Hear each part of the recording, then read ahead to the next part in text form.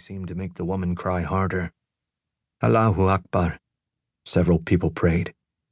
Baba, the woman is right, his father interrupted. We must keep this boat moving.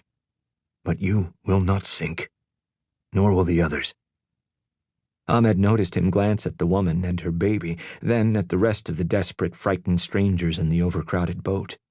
Baba pulled the inner tube off his shoulder and slipped it over Ahmed's head and around his torso. Then he leaned over and whispered in his ear, Forgive me, my soul. For a moment I must leave you. Leave me? Where? But his father had already turned away. Baba? Ahmed tried to reach for him, only to realize that his arms were pinned to his sides by the inner tube. By the time he'd freed them, his father's leg was already over the side of the boat. Ahmed lurched forward to grab him, but it was too late. His father slid into the dark water like an eel. A moment later he reappeared, treading water. What are you doing? Ahmed shouted after him. We need to pull the boat. His father's eyes searched the passengers. Can anyone else swim? They were from a medley of places, Syria, Afghanistan, Iraq. But Ahmed realized from the helpless way they looked at one another that they had one thing in common. None of them could swim. But then a voice behind him said in Iraqi-accented Arabic, I can. Ahmed turned around. A slight, wiry man took off his jacket, then his shirt. He handed them to the woman beside him, who folded them neatly, as if to make a point that she expected him back. A little girl sat between them, half swallowed by her life jacket. I can too, said the captain. He looked ashamed about the motor, but Ahmed felt it wasn't his fault. He wasn't even really a captain. He was just an engineering student from Homs, whom the smugglers had chosen from among the refugees to pilot the boat. This thankless duty had earned him an oblong orange buoy. He tossed it into the sea, then dove after it. Ahmed tried to give his father back the inner tube, but he refused to take it, claiming it would slow him down. The men swam to the front of the boat, and as a passenger shined a flashlight across the dark water, they looped the boat's tow rope around the buoy, conferring in tones too hushed for Ahmed to hear. Then each grabbed onto the rope with one hand, kicking with their feet and paddling with their free arm. Ahmed's father swam in front, the two men behind him. The boat jerked forward, as if a giant hand had given it a shove.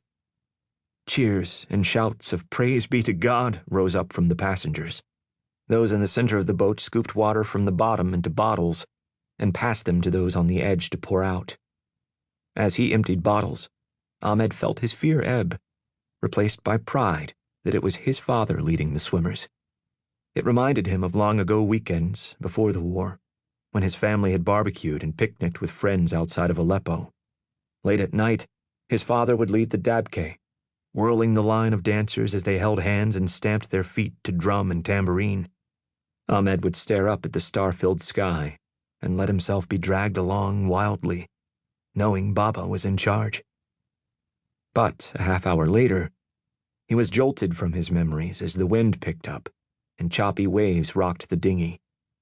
Occasionally they spilled over the sagging sides, and Ahmed could hear the water slosh in the bottom. He looked anxiously out into the beam of light that illuminated his father and the other swimmers. Whitecaps broke over their heads, slowing their pace, but their free arms continued to pinwheel around. A hard summer rain began to fall. Within minutes, Ahmed was drenched. He told himself that rain this heavy never lasted long, but it stirred up the sea even more. The swimmers pulled the dinghy straight into the waves. It pitched and bucked, pulling the swimmer's rope taut, but it stayed afloat. Then came the sideways wave. Ahmed didn't see it, but he felt it. It tipped the dinghy to one side and seemed to hold it there, as if considering the worth of those inside. Ahmed sucked in air, expecting to be flipped. But the wave let the dinghy slide down its side, and instead swept over the swimmers so that they vanished completely. Then it ripped the buoy off the rope and tossed it into the darkness. There was a second of silent shock before everyone started shouting, shining their phones' flashlights across the water. Where are they? Can anyone see them? The captain sputtered to the surface. The Iraq